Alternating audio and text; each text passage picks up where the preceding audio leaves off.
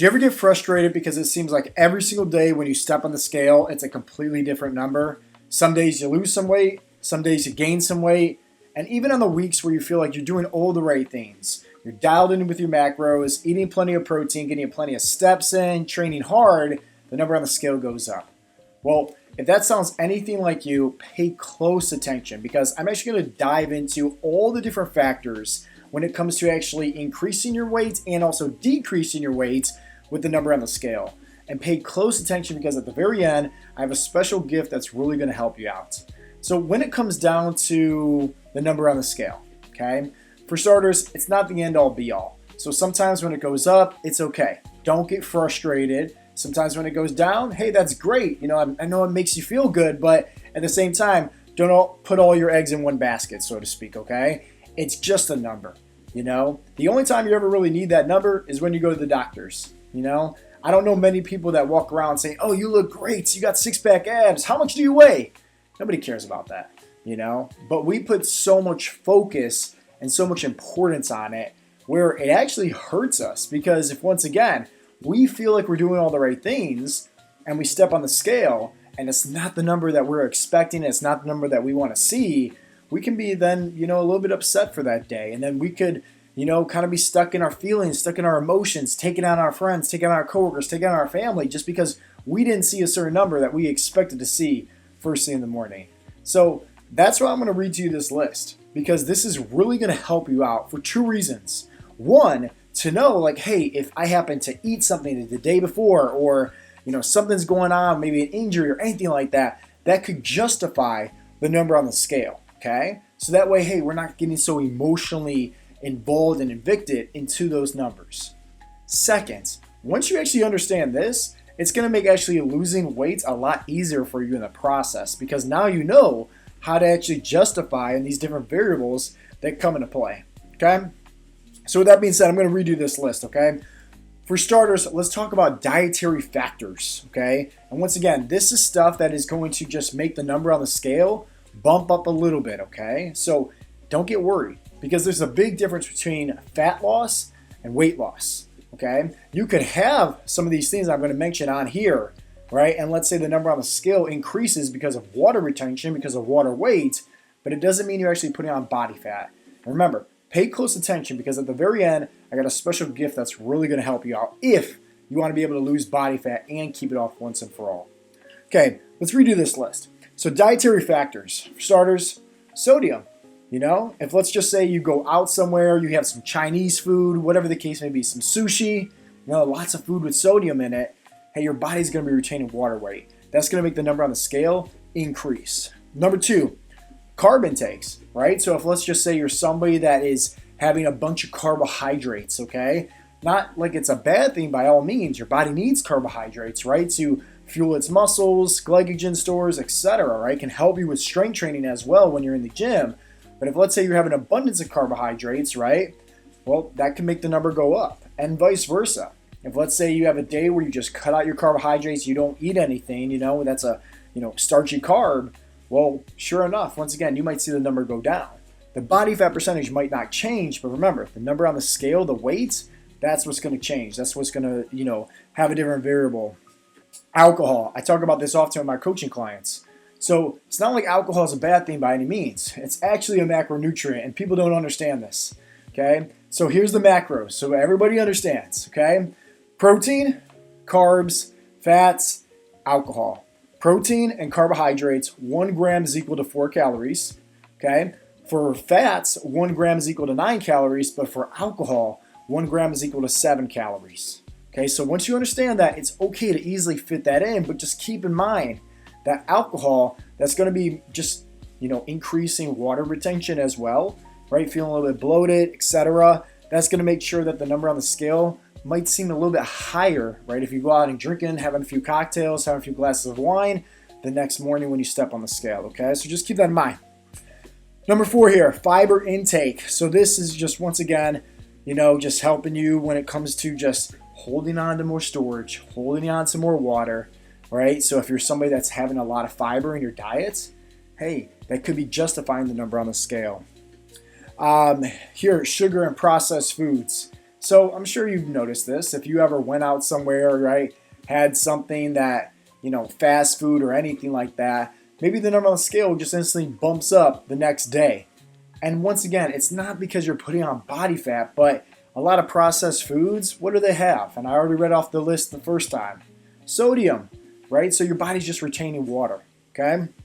Now, speaking of water, since we talked a lot about that, let's talk all about hydration. So if let's just say you're drinking an abundance of water, remember, water is a good thing for you, right? It helps your body with recovery.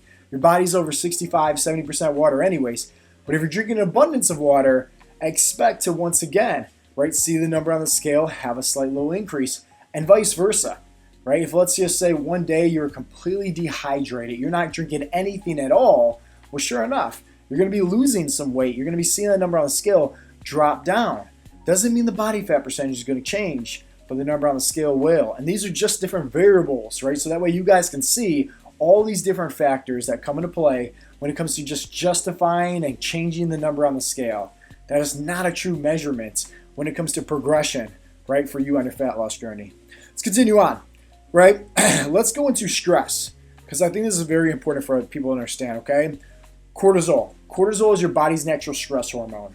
So if let's just say you're underneath a lot of stress, maybe that's at work, maybe that's at home, but also there's other forms of stress. Like if let's say you have an injury, if let's just say you're sick, emotional stress, right? Also lack of sleep. All of these have a variable when it comes to, once again, increasing the number on the scale. And then also just, for just, other variables when it comes into this, if let's just say the timing of the day, right? If you happen to weigh yourself in the afternoon compared to the mornings, of course, right? You're always going to weigh the lowest first in the morning compared to later on in the course of the day. If let's just say, I don't know, the batteries on your scale is going dead or anything like that, that's a big factor. That could change the number on the scale. If also, let's just say, maybe one day you're wearing socks, as you weigh in, or, wearing some clothes, those clothes, right? That's going to weigh something. That's going to have some weight to it that can change the number on the scale. So why am I saying all this? Okay. The number on the scale does not matter at all. Okay. I tell this to everybody, and I really hope that you pay close attention, because once again, I got a little bonus gift that can really help you out if you're trying to lose body fat and keep it off once and for all. Okay. Fat loss and weight loss are two separate things. Somebody could weigh 200 pounds and be at 35% body fat. They got the man boobs, they got the beer belly, they have high blood pressure, high cholesterol, maybe even borderline type 2 diabetic. And somebody could weigh exactly the same, 200 pounds, but yet they weigh, they're 15% body fat. So once again, they weigh 200 pounds, but their body fat percentage is significantly lower. They're at 15%. They have a chiseled chest, six-pack abs, tons of energy, tons of confidence, no health problems or health concerns like taking medications for high blood pressure, high cholesterol.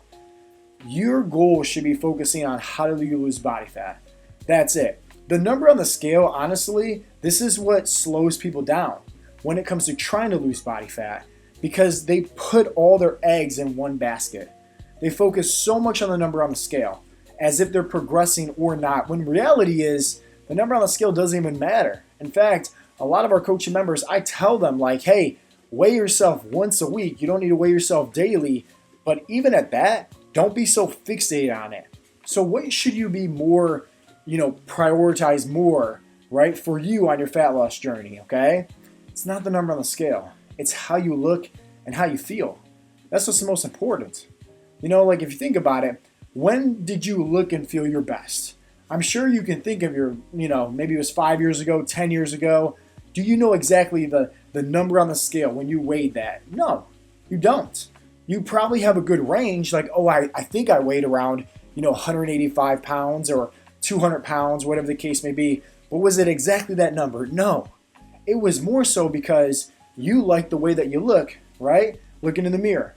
It was more so because, hey, you probably looked and felt your best, right, in those clothes. Everything felt really good on you, not so baggy or not so snug. Maybe you had more energy. Maybe you had more confidence. Maybe when you turned to the side and looked in the mirror, your chest sticked out farther than your stomach.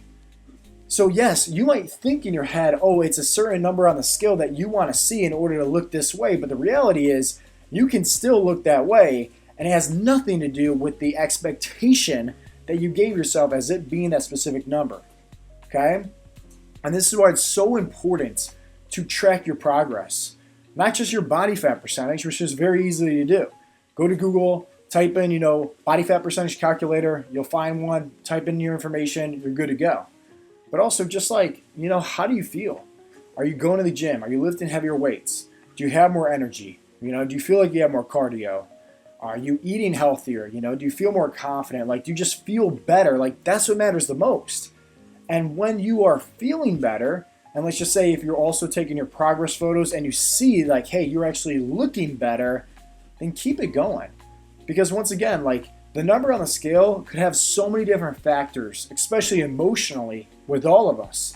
You might feel like you're on top of the world. You're crushing the workouts, crushing the nutrition, but you step on the scale after the week and it's like, oh, you weren't expecting that number. Maybe it went up a little bit. And maybe it's because you don't understand that muscle weighs more than body fat. So it's like, hey, you're actually doing all the right things when it comes to improving your metabolism, right? You're losing body fat. You're putting on this lean muscle tissue and it weighs more than fat, but you don't understand that. So when you step on the scale, you see the number go up, and sure enough, like, you get defeated, you get discouraged, and you throw in the towel, you quit, you go back to your old ways, even though you're actually doing all the right things. And this is why it's so important to have the right people in your corner supporting you, helping you, holding you accountable, helping you stay on track, and also helping you see the blind spots that maybe you're not even expecting. So if you are serious when it comes to how to lose body fat and keep it off once and for all, I have a completely free training guide that goes over a 3-step framework. And this is what myself, as well as thousands of our coaching members use. It's just going to go over 3 simple steps, what you can do to start losing body fat today, without dieting, without cutting out any of your favorite foods, without doing crazy workouts like backflips and burpees or anything like that, or spending 2 hours in the gym every single day, or sacrificing time away from your family. Listen, I'm a father, I'm a husband, I'm a business owner, right? And I have a life outside of health and fitness. It's just like, I get it. We're all busy. But when you actually learn how to prioritize your health, when you actually learn how to just focus on a few small little tweaks that work best for your body type and your lifestyle, I bet you anything, you will see a world of a difference. And you're not only going to look and feel your best, but most importantly, you're going to have all the right tools, all the right knowledge on how to maintain that success long term. So if you guys want more information on that, if you're watching this on YouTube, you can just click on the description box down below, and it's the very first link. And I really hope that you guys got a lot of value. The main purpose of today's video is just to give you some reassurance that, hey, the number on the scale, as you hear from this list, there's so many different factors, so many different variables that can change up everything for you guys. And I want to make sure that you just stay focused. You stay on track. It's all about just showing up, striving to become 1% better each and every day. Consistency is key. And if you can focus on that, I can promise you this. You will be able to have success when it comes to reaching your health and fitness goals. Guys, this has been Coach Joe with HeartAthletics.com, and I'll talk to you in the next episode. Peace out, Girl Scouts.